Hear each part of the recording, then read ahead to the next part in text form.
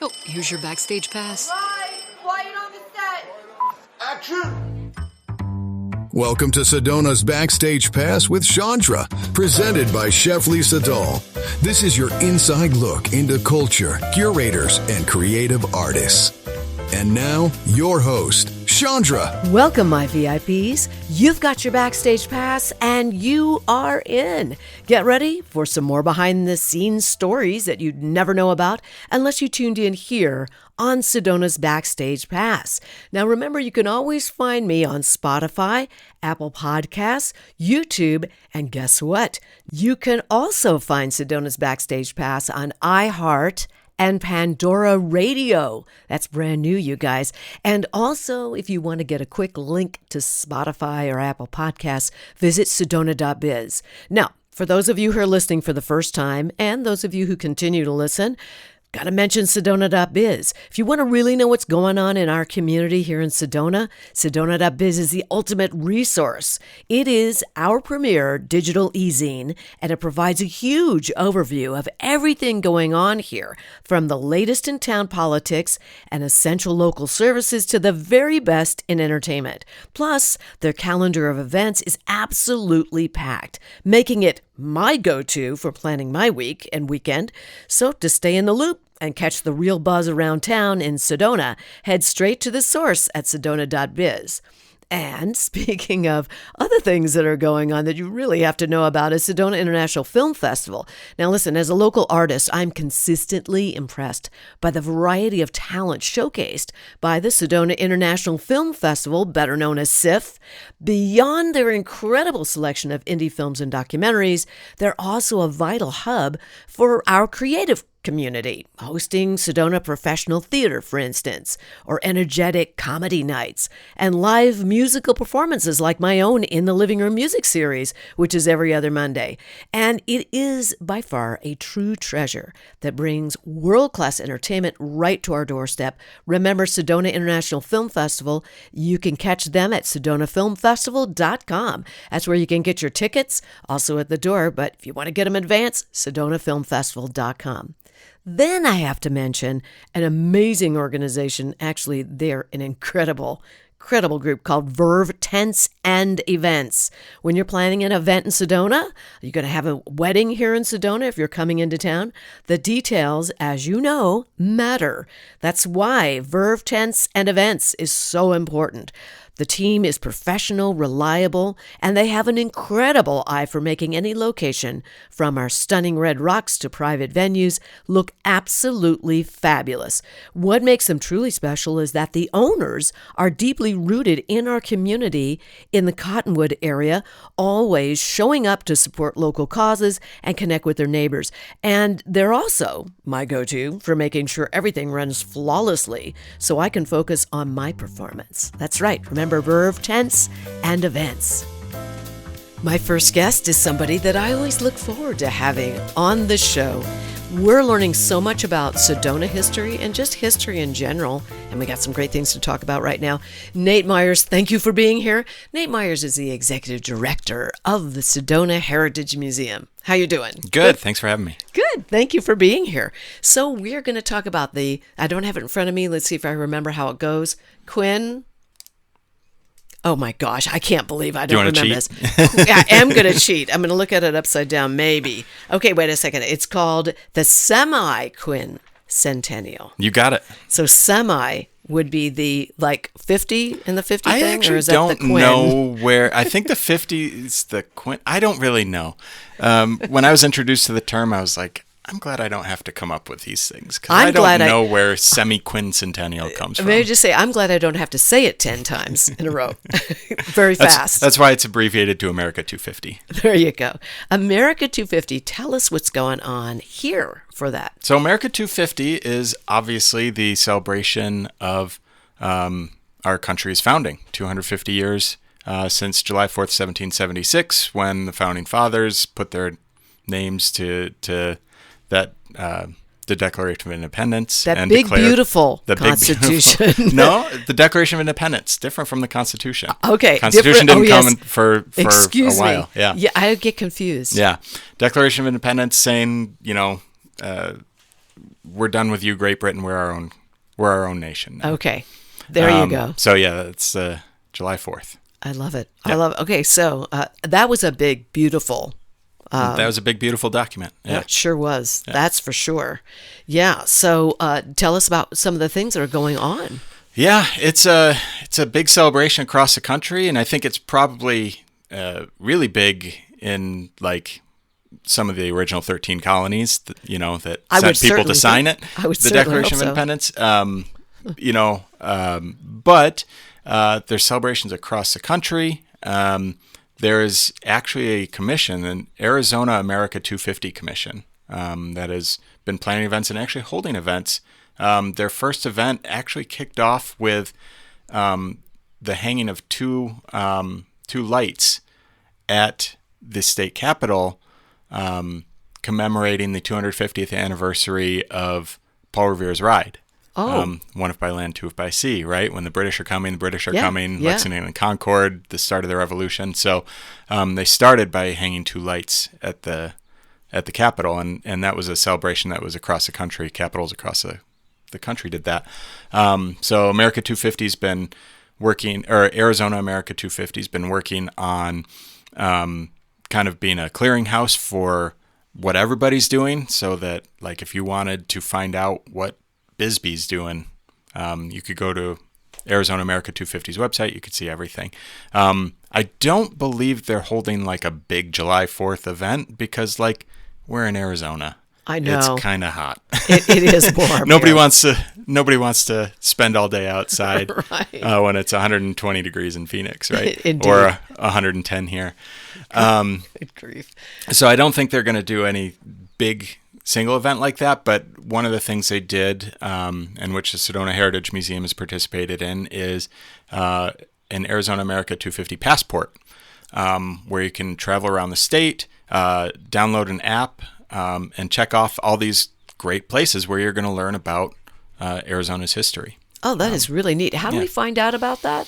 I mean, you can get this at the museum? You can download the app at the museum. You could download it from your home. At the museum, we have a QR code that'll take you directly to it. But what is that website, by the way? Again? It's I'm not sure what their website is, but if you just Google Arizona America 250, go past the AI hits and then click on the first real hit. There you go. Gosh, we talked about AI last month, or in this last interview that we did. Wow. Yeah, because you're going to get you're not going to get all the information if you do that, right? You might not. I don't know. I haven't tried it. Arizona America 250. We just Google that. Yep. And then go past the... Yeah, and they've got a logo for Arizona that was designed by a high school student that's cool. down in the Phoenix metro area. It's a really cool logo. And love that. And so what are we doing locally? Sedona Heritage Museum is commemorating America 250 by pointing out how our history is America's history. And so exhibits that we're putting up, like the current exhibit about Route 66. That one, it's called The Road is Life, Sedona and Route 66. That's up now, isn't it? That's up now. Yeah. And so that's, we've tied that into America 250 because like the Mother Road, Route 66, there is nothing more American than that. Right. And Route 66 itself turned 100 this year. And so it's kind of hitting two big milestones. And, it's a tough thing. The Semiquincentennial is a tough thing when you're not, we can all celebrate and feel patriotic and excited about our country turning 250 years old, but when it comes down to like, how are we going to celebrate it here? It's an easier thing in the original 13 colonies, right? But in Arizona, if you think about what was happening July 4th, 1776, I'm going to give you a test, Chandra. What country, nation state, claimed what would become Arizona in July 4th, 1776? Oh, this is really good. I do not know because I'm thinking, ask me the question one more time so I can really get a handle. Arizona, or let me phrase it a different way. Arizona was part of what empire in 1776? Okay, may I just say, I'm going to guess. This is weird because I'm nervous. I'm actually nervous. Mexico? California? It was even before Mexico. Before Mexico. It was the Spanish Empire in 1776. Oh, yes. Okay, so I'm kind of... So we're actually sitting here in Arizona, and if we're celebrating that day, July 4th, 1776, and we're talking about what's going on in Arizona at the time, we're 2 nation states removed. We're Spain. Oh, that's weird. That's weird to think about. No, it's strange. Yeah. Like, so Arizona was not part of the United States. It was Spain? Mm-hmm. Oh, that's weird. Part That's of the Spanish wild. Empire. Yep. That's wild. And then Mexico, after Mexico gets its independence, it's part Right. of Mexico. And then the United States goes on really kind of our first war of conquest of the Mexican-American War. Exactly. And most of Arizona becomes territory of the United States following the Mexican-American War. Okay, so I was close. You were I close. was close. Yeah. I Yep. got a B on that. Yeah, close enough. Oh my gosh. So But then when you think about like how do you celebrate July 4th, 1776 in Arizona? yeah, you know, right. Are we going to all dress up in like colonial tri-corner hats and Ben Franklin glasses? And I don't you know. I don't know. So I that's don't know. it leads to an interesting quandary. And when you're talking about celebrating too, that gets more complicated because a celebration's a celebration. We want to, we want to be Yes. happy. It's a good thing, right? Well, what about our indigenous neighbors? Right. They weren't included in the Declaration of Independence, and then the country went on a 100-year campaign to, wipe them out, massacre them. I know. So This is a very what's there odd to thing. celebrate? Yeah. And I'm not claiming to speak for any indigenous group, but I just taking the long view of history and thinking about how we should mark this moment. Is celebration the right thing, or is a commemoration? Yeah, the you right bring thing? up a really good point. I often wonder about this because, we've talked about this before, like the Thanksgiving thing. And now we're talking about the July 4th thing and how there are groups of people, mainly, in both, obviously, it is our Native Americans who were here way before we were, and how the indigenous people are really affected negatively on these particular holidays. And I can actually hear some of your audience members screaming at me, I'm sure. what about Thomas Jefferson? I can hear them. Can you? Right now. They're, Okay. Are you not going to talk about him? So, talk about Thomas Jefferson. The man wrote some of the most important words in human history. Mm-hmm. All men are created equal. Yes. Right? We look at each other and we're like, that means you, that means me, right? Right. We are equal. Obviously, we can talk about how it wasn't interpreted that way, even in 1776. But, who is completely left out of that is the people who Thomas Jefferson owned. I know. The enslaved peoples that the man who wrote All Men Are Created Equal owned. I know. That's weird. And so, again, when we go back and we're like, is celebrating that the right thing? Yeah, so that is just interesting, isn't it? Do you think that is normal with all countries? What do you think? Is that an American thing? No, I think or is there's a lot in that's uniquely American, I think. Okay. Yeah, because I'm really interested in how you feel as a historian, and with all your degrees and all of that. Do you feel that European history sees their history different than we see our history in America? I'm sure they do. Are they celebratory, or are they more commemorative on things that they are celebrating? I think it depends. You can certainly, something that's coming up, Bastille Day. The French Revolution. Right. And they always mark that with a big parades, and that the same way we do with July 4th. So in some ways that's very similar. I don't know. I couldn't say if we just take the French as an example. Like the French nation state's been around a long time, but and we think of the French as one homogeneous nation group. Just like us, they're a pluralistic society. And so what does it mean to be French? What does it mean to be American? I think we all answer that differently. Yeah. It's a good point. It's funny, isn't it? I mean, you have to really kind of think outside the box of what we're used to. We don't always think about history. At these moments, we do, right? But I always loved museums. You grew up going to museums, right? Oh, my parents took us to museums. Those were our family vacations. We didn't go to Disneyland, Disney World, Six Flags, anything like that. We went to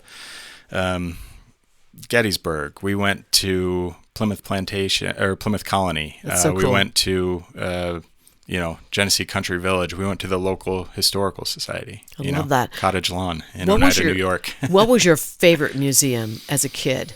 That really made an impression on you? Yeah, you know what I really loved as a kid were two living history museums that we went to a few times. Sturbridge Village in Massachusetts and Genesee Country Village in outside of Rochester, New York. Oh, interesting. What made them special to you? They just really stuck with me. I remember like all the preserved buildings. I remember the people in costumes. I just remember it just felt like you were. It was someplace different. You were experiencing history in a way that. And let me tell you, I grew up in central New York. It's the centerpiece of the American Revolution in 1777, when the British tried to cut New England off from the rest of the colonies by invading New York from three directions. And wow, some of the main battles of that time period happened just right in the area I grew up at Oriskany and Fort Stanwix. A lot of history there, my goodness. The Erie Canal passed right through my town, right? And so I grew up with this recognition that history was all around me. The Oneida community. I grew up in Oneida, New York. The Oneida community, which most people probably are unfamiliar with the phrase Oneida community, but I bet you if your listeners go to their silverware drawer right now and look at the back of their silverware, there's a good chance a lot of them have Oneida silver in there. Exactly. And that comes from there. And so I grew up with just a strong sense that history is all around us. And though the time periods are different, that we often look at and talk about, Arizona's the same way. There's history all around us. There is. You just got to open your eyes and see it. So, okay, so those particular museums, and then what else? How old were you at that time when you went to those museums? Gosh, young. Really young? Like 7? Yeah, it's 7, 8, yeah. 9, 10, 11. I mean, yeah, it was. Those were our family vacations. I love that. Even the last big family vacation we took before I went to college, and my sisters were still in high school, but like before, kind of that big moment where people start to go their own ways, was to the Outer Banks, which can just be recreationally very cool with the sand dunes and the ocean and kite flying and all sorts of fun stuff. But that's where the Wright brothers flew the first airplane. Amazing. At Kitty Hawk. So, amazing. Of course we went to Kitty Hawk while we were there. Right, of course. This was like a no-brainer. Sure, we had a beach house, but we were also going to go to Kitty Hawk. There you go. So as an adult, what would you say is the most impressive museum other than the Sedona Heritage Museum? Sedona Heritage Museum's tops, for sure. Yes, of course. Yeah. Absolutely. I think everybody should go. I mean, I think you just have to know the history here of Sedona. And when you visit now, you get our friends with the Fine Art Museum of Sedona. Oh, yes. We've got the collaboration of famous fine arts. So you get two museums in one when you visit. Yeah, I think that's brilliant. Gosh, lots of different museums offer lots of different things. Obviously, if you're going to say you got to go to like someplace you got to go, obviously everybody has to go to Smithsonian. You need to go to the Smithsonian. Oh, my gosh, that was the best. It's so great. Obviously, if you're in New York, you've got to go to the Natural History Museum. You've got to go to the Met. You've got to, world class. Absolutely. But even right here in Arizona, Phoenix Art Museum is an incredible museum. And really? I think we kind of take it for granted. I'm writing it down. That we have just, right here in the state, we have a world-class art museum just a couple hours away. I love visiting local history museums, and that's not just because I work in them, but like I love learning about the places I visit. And so, I just strongly encourage anybody, when you go out of town, when you spend some time in a place, make sure you go to the local history museum. And it gives you this understanding of the place far more than like, yes, people are coming to, let's just use us for an example. People are coming to Sedona for the red rocks, for the vortexes, for the wellness and the hiking and the pink Jeeps and all that stuff. Great. Add to it the museum, because you're going to experience all those things. And then when you come to the museum, you're going to come away with a whole different understanding of what makes this place special. And it's going to make those other experiences that much better. Yeah, for having that understanding. I agree with you. I think that is so important. I mean, really, things come to life. I remember as a kid going to lots of museums. My dad was a museum person. And when I was visiting my father, my sister and I, we would always take these vacations, and they always included museums. And going to Mark Twain's house and all that good stuff. Cool. That's just the coolest thing ever. You're walking on land. That's what always got me. And going to Europe for the first time was incredible. Tom and I went in 2009, and all I could just keep saying was like, "Oh my gosh, will you look at that? Oh my gosh, will you look at that?" Because you're walking on ground that so many people. I have that here. Like when you take the drive from Sedona to, let's say, even Prescott or Phoenix, some of those rims up above, when you see them, like those plateaus, you can just imagine what might have happened there during that whole time, that you were talking about in the 1800s. And I don't know, just the covered wagons, all of that, just think about it. And the land that we are on, the Heritage Museum, lots of history there, where Tlaquepaque is, the heart of Sedona, right? The heart of Sedona, Tlaquepaque, the ranger station, and the Heart Store. Yep. Yeah, I mean, it's amazing to me, and lots of history. Love it. It just makes me feel like really good about that, And then, of course, we're creating our own history here. Yeah. Gosh, I hope that they don't look back on us and go, God, what idiots they were. It could happen. No, not us. We don't. Not us. We don't do that as historians. I know. We don't judge. We're totally objective. We never judge. And nobody talks bad about anything that goes on in history. No, right? I didn't say anything that Thomas Jefferson would find offensive today, no, right? Not at all. Not at all. Okay, so can you talk about anything that would be a wild and crazy story that is from, these last 250 years that stands out in your mind that happened in Arizona? Just something crazy that you would not necessarily know about unless you really kind of delved in. Yeah.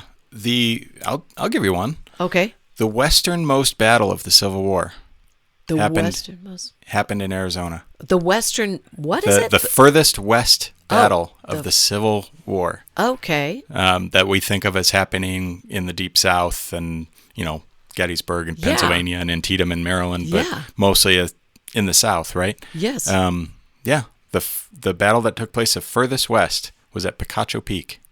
Picacho Peak. Where is that? Picacho Peak is between Phoenix and Tucson.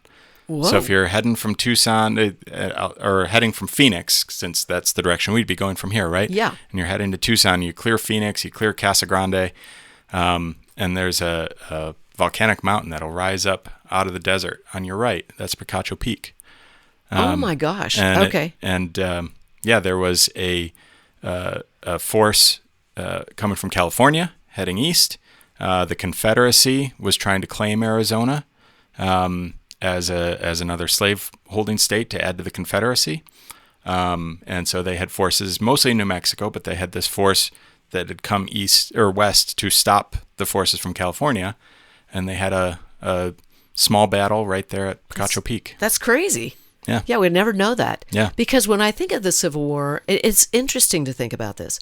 The Civil War was the South, but it was other places too, correct? Yeah. Yep. How far north did the Civil Civil War go? Gettysburg would be the furthest north battle. The very furthest. Yeah, that was the northernmost advance of Lee's army. Was at Gettysburg. Forgive me for not knowing this. Southern Pennsylvania. I was too busy in theater in high school. What can I tell you? Which, by the way, theater has to do with a lot of history. You are doing a lot of historical type pieces. For sure. Hamilton right off the bat. But, so many musicals are based in history. I know. Porgy and Bess. Yes. Ragtime. How about the Dead Quilters Society? The Dead Quilters Society. Which is now Dead Quilters. Yeah. Without the and society. Just That's right. making Just a Dead point. Quilters. Just Dead Quilters. For sure. And musical theater itself is a distinctly American form of art. It's so true. And when you think about our history and the things that you can feel good about in our history, the art history that's come out of this country in 250 years, incredible, innovative artists, completely new art forms. The musical is an art form. Jazz as an art form. Right. Well, just incredible. Blues. Yep. Blues was here. Yep. Yeah. Amazing. I love it. Rap and hip hop.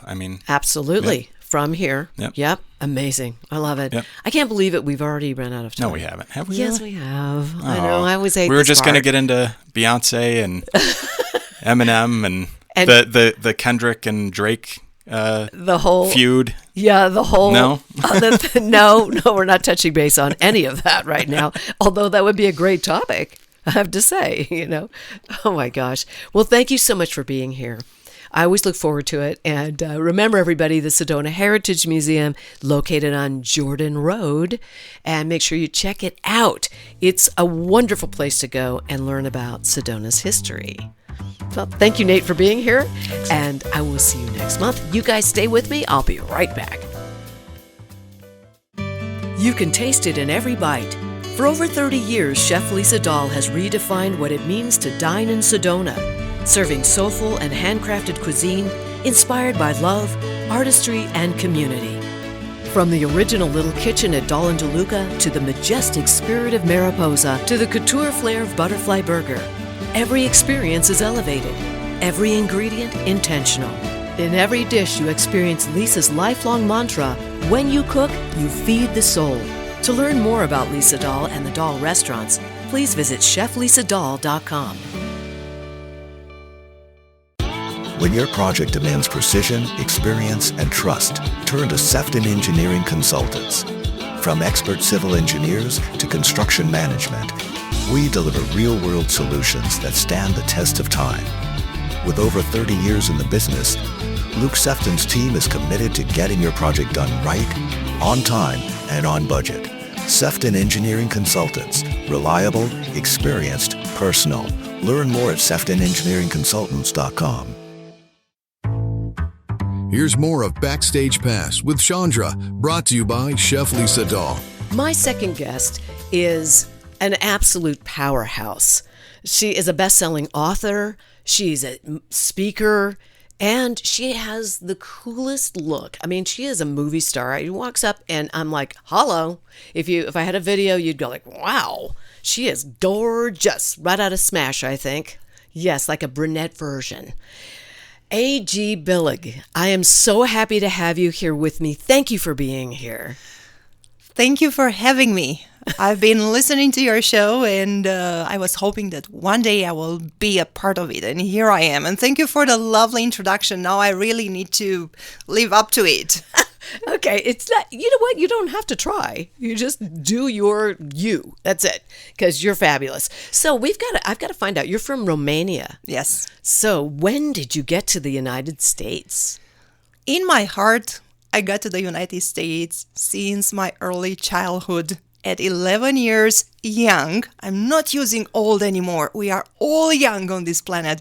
11 years young, back in communist Romania, I had an idea to write a novel about a boy who is from Phoenix and his mother gets sick and their only relative lives in San Diego. So he gets shipped to San Diego when his mother gets to the hospital. 11 years young. I didn't know much about the United States back then, other than what I would see in the Hollywood movies they would show on TV and some books that I've read or my father used to read to me. So in my heart, I was already there. But amazing. But in person, I got here to stay in 2019. In 2019, you're Yes. a newbie. Still am, yes. Welcome to Sedona. You're Thank not you. that newbie. You know, newbie's like a year or two, maybe 3. Now, like 19. You've already been here, what, 7 years? Yeah, almost 7 years. Isn't that amazing? Yeah, it went by in a blink of an eye. Right, Yeah. right. How do you love it? You gave the answer. I know. I was do love thinking, it. Yeah. You do love it. I do love it, Yeah, yeah. because if you hadn't, you would have known by now. Trust Yes. me. You know, Sedona is a beautiful place, but it's not for everyone, right? Been living here for 24 years with my husband, and it's been amazing. Yes. So now I have to ask you. So you're 11. You want to come to the United States. What is it like at 11 living in Romania when it's communist? Tell me what that's like. Tell us. We don't know. That was right before the so-called revolution. So when the regime was kind of swept away and then the democracy kicked in. For me personally, it was one of the best times of my life. I know that here people paint a very grim picture of those times in Eastern Europe, but I loved it. I mean, my parents were very loving, and of course that mattered. They loved music, they loved books, they loved arts. We would go to the opera, we would go to the theater. We had great teachers in school. We actually had special places where kids could go and hone their gifts, their talents. So I was a member of a literary circle. That's and that awesome. helped me to polish my skills, my writing skills. So it was really a good time. You know, there were sometimes power would go out, but I live in the village of Oak Creek, and 2 weeks ago, power went out. Same way as it used to happen back in Romania. You're like, you know? okay, just like home. Just like home. Wow. So this is crazy. Now, have you been back? Have you been back to Romania? My mom lives in Romania, and my Yorkie, Una, she's now my mom's dog, obviously. Oh, yes. So I go visit, and every time is bittersweet because most of my life I was there doing very nice things. I mean, I was a radio host, I was a TV host back there. I worked in PR, in advertising. I worked for a concert promoter who brought over Metallica and Steve Vai and tons of great so you've artists. been in the business for years. Yes. And definitely a young pro. I was going to say the other word, but we're not using that word today. Yeah, no. Not the OLD word. No, we are all young here. That's right. And you do look like a college student, I might just say. Okay. Thank you. And no wonder you look like a movie star to me. You actually are a TV star in Romania. Would people know you if you walked out there and they're going to go like, oh, there she is, A.G. Billig? Sometimes, yeah. I remember walking in the street and people saying, hey, I've seen your show last week and it was really good. It was a weekly music show where I would get to interview the big Romanian rock stars, pop stars, and it was really fun because I had the freedom to do whatever I wanted. So just like you on this show, I was a host, I was a producer. Oh, great. And it was really, really fun to do that. That's wonderful. So what brought you to Sedona? Well, before I came to Sedona, I was actually in California, in Orange County. But even before I moved to the United States, I would just go back and forth between Bucharest and California. For speaking at writers' conferences, mostly my publishing and writing career. So I was very fortunate to meet people who believed in me and who trusted me enough to allow me to share with other writers my knowledge and expertise and to support me on my literary journey. So I would travel back and forth, and I always felt at home in this country. I have to say that I'm very grateful, and I'm still amazed by people like you, Chandra, and the people here in Sedona, in California, and everywhere I went. So open-hearted, so open-minded, so nice and kind, polite. I could go on and on and on about that. But being in California, I met a lovely couple, and they gave me a DVD with the feature film called Sedona. You're probably familiar with that. Yes. Yeah, so that Okay. was in 2017, actually. Yes. And I watched it, and I was like, I have to go there. And I did. I was here for the first time for the summer solstice back in 2017. Okay, so you had received at that time what we call Red Rock fever. Yes. I mean, that's Yeah, a real precisely. thing. Yeah. People come, they're like, Yeah. oh my gosh, Yeah. fall in love with the Red Rocks, Yeah. the energy, Yeah. and then they're here. Yeah. Good. So since you've been in Sedona, what you been doing? Tell everybody, and I want to know too. Okay, everybody, this is what I've been doing. One of the things I'm most proud of and excited, and my heart just wells up when I talk about it, is a show I did with Eric Miller last year at Meredith Fisher Theater, where Ooh. that's your second home. I know, Chandra. Yes, it's good. We I did- know Eric very well. Yes, he's Such a great player. Yeah, isn't he? an amazing human being. He's so kind and like extremely nice and truth. very talented. Yeah, and Big shout out to Eric Miller. and Robin Miller And his Robin. father. I adore Robin. Yes, yes. Trying to get both of them in the Living Room Music Series. Please do. Big shout out to them. Please I'm talking do. to Robin right now. Okay. You know, Eric's in Phoenix, so I know. it's a little harder. Yeah. But go ahead. So now you are working with both of them? No. So we did a show. It was called the Seven Sacred Faces of Love, because I'm a big fan of love, and I consider myself like a love ambassador, love activator. So do you see what I'm wearing? Forever love. Yay. Okay, so I had this like vibe thing this morning when I was getting ready. I thought, get that shirt on. I didn't know why, but That's now why. I know. No. Glittered out. It says love. So Okay. we did that, and I would like to do that again. So that has to do with my performing public speaking activities. I'm also writing my own books, and I'm also helping other authors to bring their ideas into the world from the very beginning, from the manuscript stage until the book is published and becomes a bestseller. That's wonderful. Okay, now I have some questions for you. Were you singing when you were with Eric? No, somebody compared that event to a very well-known monologue play. So I was speaking. I was speaking Okay. about love. So we would kind of mix guitar playing and singing.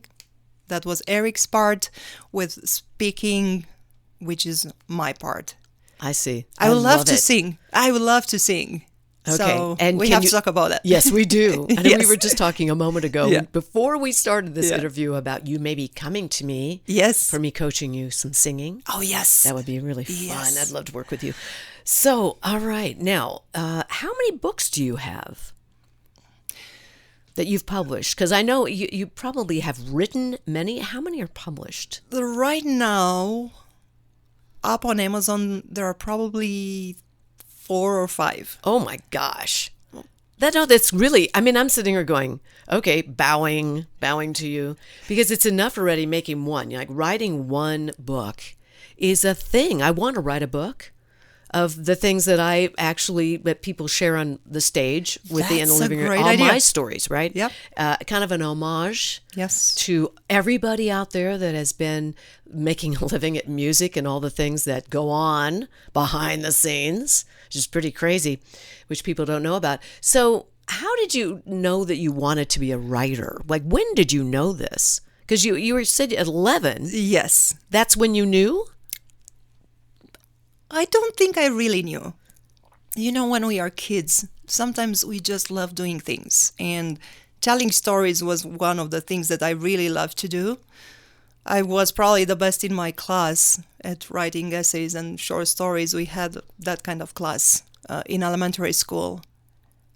My father was the catalyst, and I my was going mother. to ask you about that. Like, but, who was yeah. it that influenced you? Mostly my father. He was, both my parents, they love books, they love to read, but especially my father, he was an aspiring author also. He passed away, unfortunately, a while ago, but before he passed away, he was in the middle of writing a novel that was also set in the United States, in Montana. Circus. There is something running in the family. There is a connection between our DNA and in this land, for sure. But he was the one who, because when I was born, he was already 55. So by the time I was in elementary school, he retired. So he got to spend a lot of time with me and checking my homework. My mom was still working. She's 21 years younger than my father. And reading my short compositions and my essays, he thought, oh, there is something here. So he encouraged me to do that. That's wonderful. Love that. I think it's fantastic. Yeah. So your very first book that you wrote, how old were you? Just curious. I wish I could show you the picture. My very first book was a collection of short stories and essays that was published, and I'm not mistaken when I say that, by my father when I was probably about 9 years old, because he used glossy paper, an old typewriter.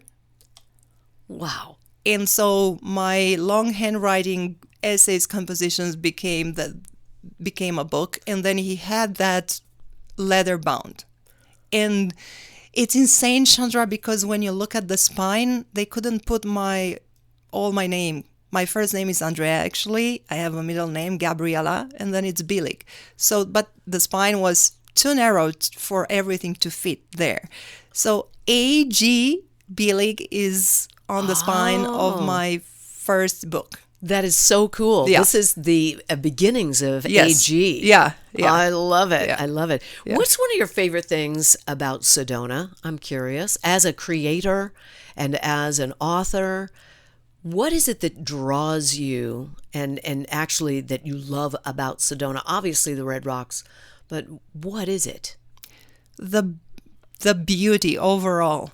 The beauty not of just the Red Rocks, but we have the creek, right, and the greenery with the red, and then by the water. And then when I say beauty, I'm also thinking about the people here in Sedona.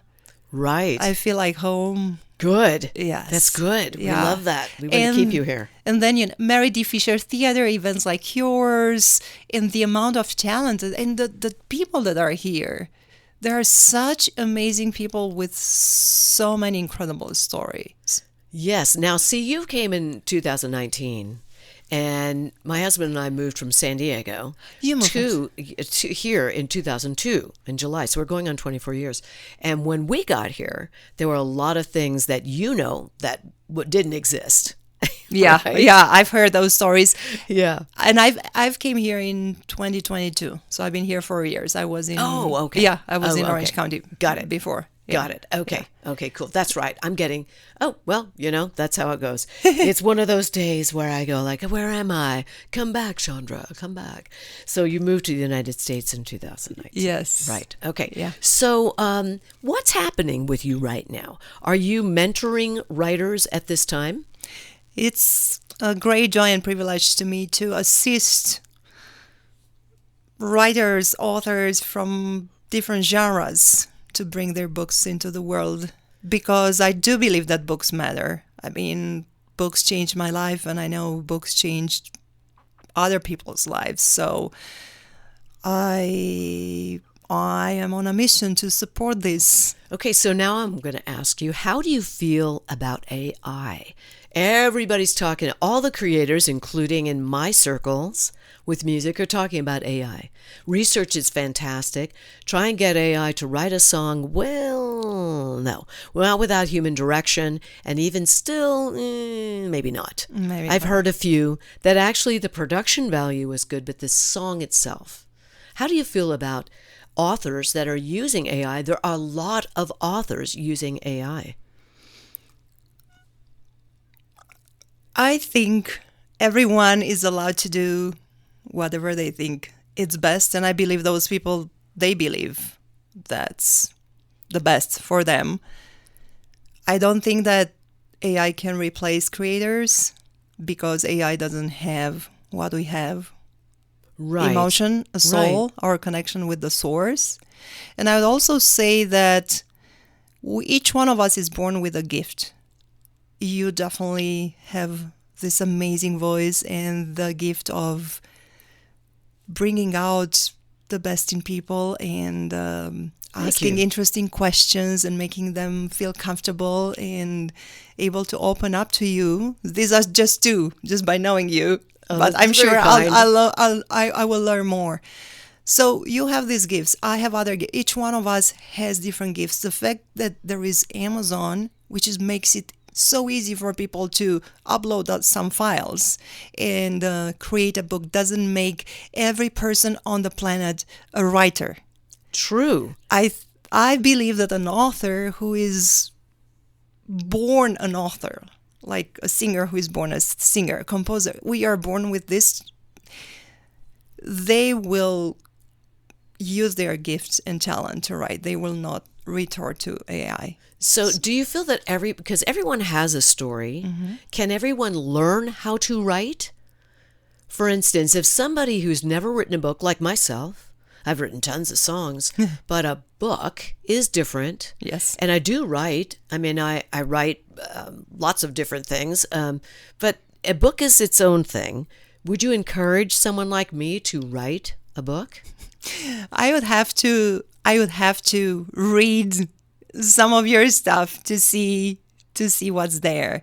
Okay. If you feel passionate about writing a book the same way you feel passionate about writing songs, that means that it's there. Yeah. But if not, for people who don't feel that passion, but they still believe they have ideas that they want to bring in the world, there are other ways. Work with a ghostwriter, especially for nonfiction books, and go that way. Do you ghostwrite? I did for you cannot. It's a non-disclosure agreement. Oh, I know. I'm just curious. Yeah, though. I did one time. Yeah, because I think that people who, not necessarily who are writers, but have a story to tell, then you would get someone else to tell the story, right? Yeah, and it's, you can be interviewed. You can have a conversation to make sure that the outline is solid. So there are a few things that I think would be more effective than trying to write a book if you don't feel passionate about it and if you've never done it before. Right, if you're lost, kind of thing. Yeah. Now, I have to ask you this. How do you feel about editors coming in after you've written a book? Because we all know that editors come in and they work it out. Do you feel an editor can take that kind of, what would we say, not privilege, but they would take that and it's okay for them to change things drastically? Or just edit as in, oh, there's a mistake, or this would be worded differently? Or how does an editor fit in? I will answer that question. I have one more thing to add related to the previous question. Yes. For me, the best way, the way I learned to write was by reading great literature. So the more you read, the better you become. I think that seeps into your subconscious, and from there, then you can put it on the page without copying anyone. But the more you get a feel of how the phrase should be, how the sentence should be. You expand your vocabulary when you read great literature. And I grew up with reading the great classics, French, Russian, American. So, yeah. Do you speak French? I did study French at university.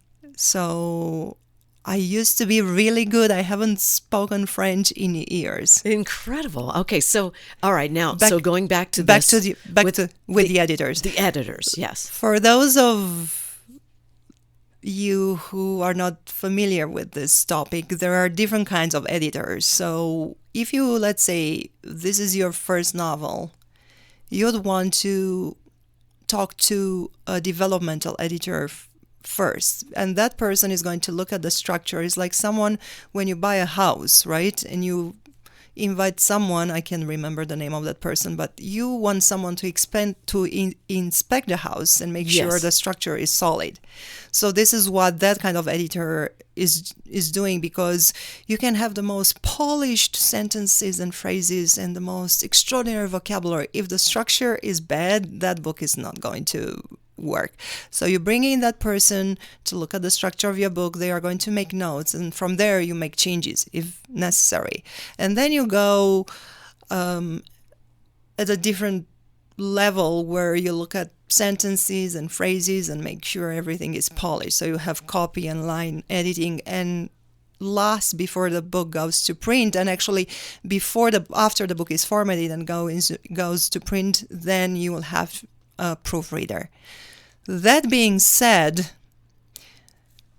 no matter what the editor is going to tell you, you don't have to accept it. If you feel it's not congruent with your voice and with your story, you don't have to abide by that. Right. Now, here's my question after that, and it's this. Have you ever worked with someone where you were editing where they just will not do what you think is the best thing to do?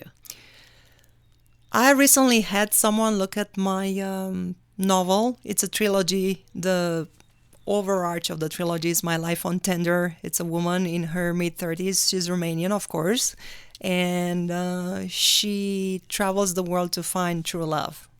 And one of my dreams is to see this trilogy as a Netflix or Hulu or whatever series, because I think it's a really fun book. But I had someone look at the first book in the series and do some work, and I wasn't really that thrilled because my style is really quick. I know we don't have much time. No, it's okay. My style, because I have this European background, it's a little bit more atmospheric. So I like to create a setting, and European literature, the setting typically mirrors the character's emotions and state of mind, and I love that. That's part of my voice. I don't want to change that. So that was removed, and I don't want that removed. I think it improves the book. Now, have you ever edited somebody's books? I have. Okay. And have you ever worked with anyone super difficult?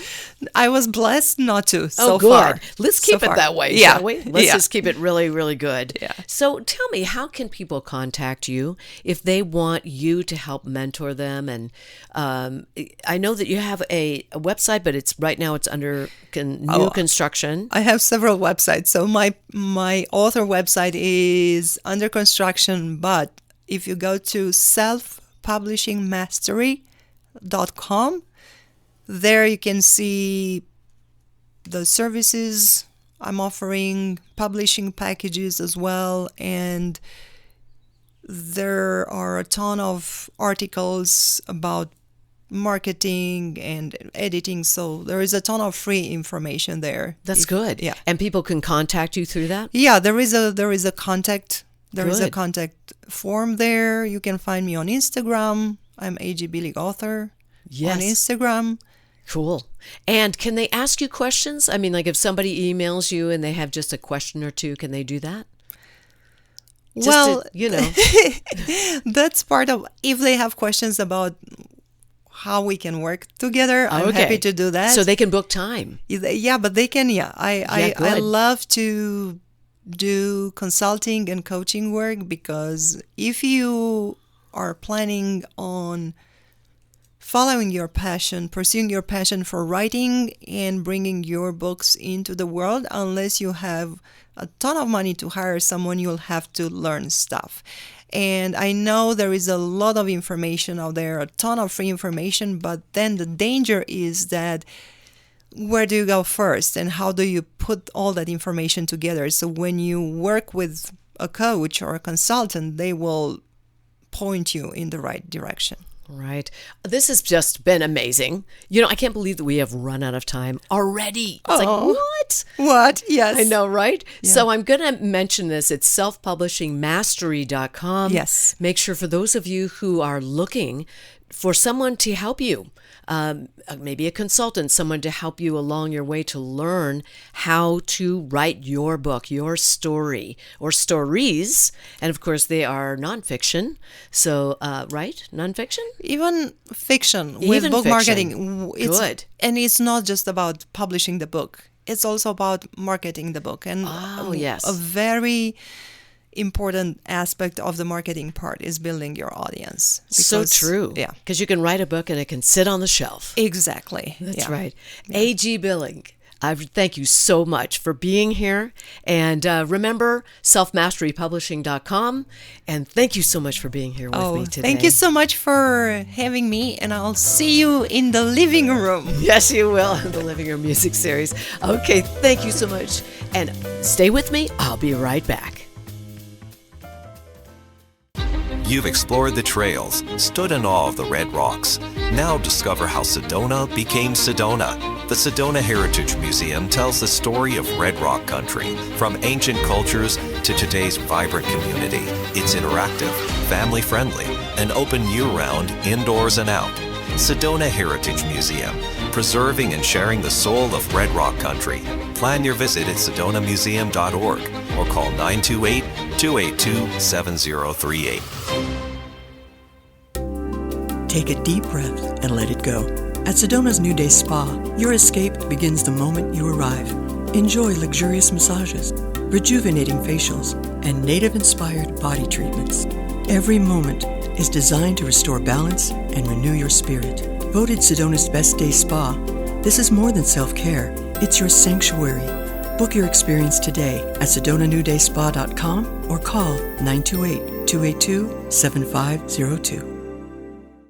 Need a clean car fast? Come to Cleaner Quicker Car Wash. We'll have you sparkling and back on the road in minutes. Whether you're after a quick shine or a deep clean, you'll get top quality service, eco-friendly soaps, and smiles all around. Drive up, shine up, and feel good, all without slowing down your day. And look like a star in your car. Located in West Sedona on Highway 89A. For more information, visit cleanerquickercarwash.com. Here's more of Backstage Pass with Chandra, brought to you by Chef Lisa Dahl. I'll tell you what, having A.G. Billig here and also Nate Meyers, well, I just love these guys. They're terrific. Always lots of fun having Nate here. Oh, do you hear that? You know what that means. It's time for my shameless Chandra spot. Now, I know it's been a little quiet on my social media lately. It's true. It's been a whirlwind behind the scenes. Let me tell you something. I have been busy self-producing year 2 of Sedona's Backstage Pass, which is a weekly podcast. And I am absolutely thrilled to be back and sharing this journey with you. If you're new to this show, or if you've been away for a bit, I want to invite you to join me. Every single week, I sit down with the incredible creatives, leaders, storytellers, that makes Sedona the vibrant place that we love to call home. And there is no charge for any of this content. My goal is to bridge the gap between our local artists and our community leaders with the community that supports them. Now, when you listen, you're not just hearing an interview. You're getting a backstage pass to the stories, the struggles, and the triumphs of your neighbors. And whether you're looking for inspiration or a bit of laughter or just to learn something new about the people behind the curtain, I've got a seat waiting for you. You just got to get your VIP pass out. So if you haven't already, please follow, subscribe, and share this show with all your friends and family. You can find all of my past episodes and every brand new release in my second year over on Spotify, Apple Podcasts, YouTube, now on iHeart, and also now on Pandora Radio. And remember, you can always find a very quick way to get to Spotify and Apple Podcasts by visiting sedona.biz. Thank you for listening, and I can't wait to share this next chapter with you.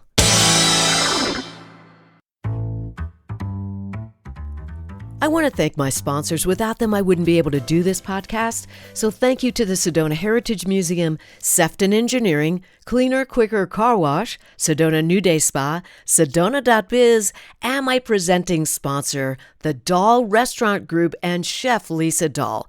Thank you, all of you, because, like I said, I wouldn't be able to do this without you, so thank you so much. Now, for those of you listening, go back and check out some more of the other episodes that have been archived on any of the channels that I mentioned earlier in my shameless Chandra spot. And remember, get out your VIP pass, and I will see you next week. In the meantime, enjoy and take care.